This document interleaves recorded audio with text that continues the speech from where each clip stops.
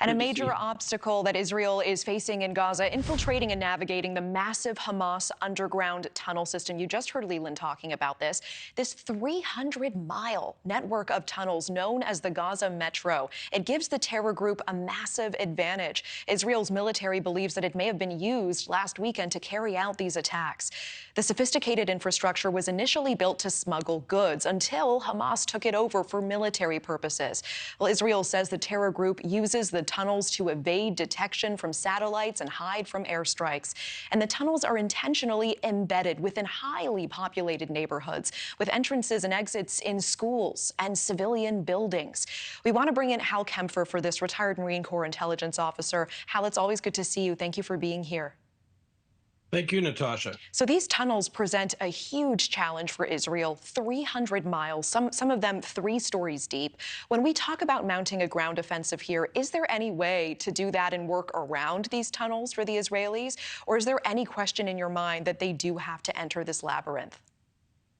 Natasha, there's no doubt that they're going to have to deal with the tunnels. In some cases, it may be actually sending folks into the tunnels.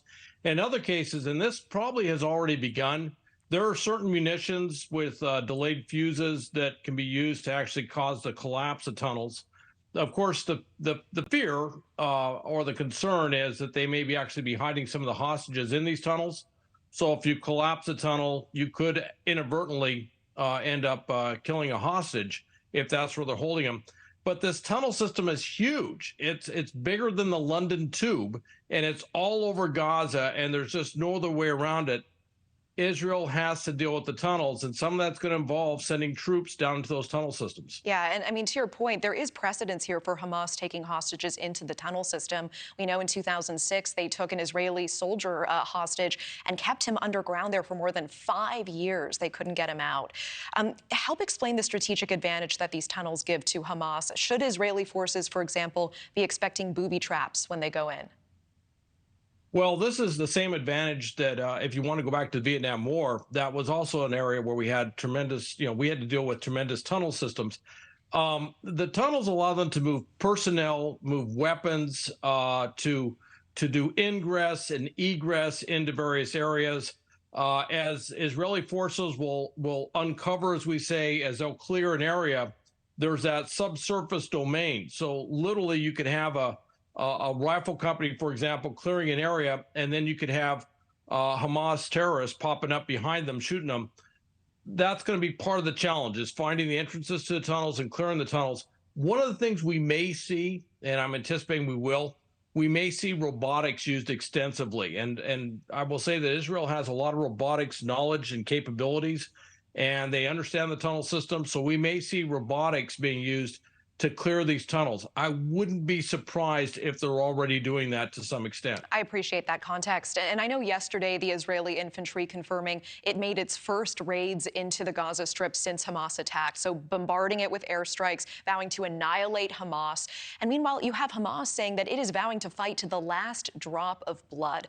Given this level of intensity already, do you think that there is a way to successfully get the hostages out alive, especially if they're in this tunnel system?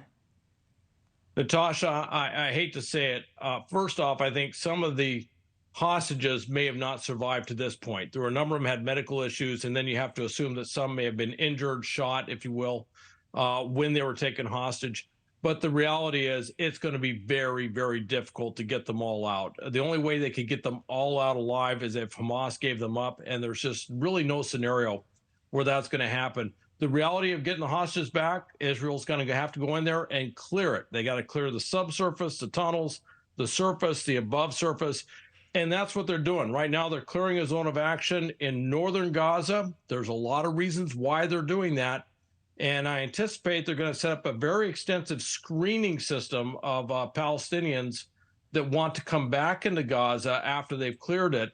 And all of this is to basically winnow out or basically locate, identify all the Hamas terrorists that have basically blended into the population.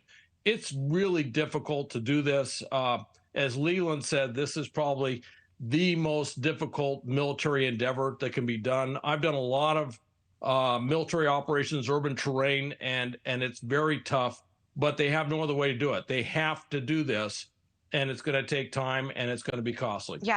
Thank you for watching. Go to newsnationnow.com to find News Nation on your television provider. And don't forget to click the red subscribe button below to get more of News Nation's fact-driven, unbiased coverage.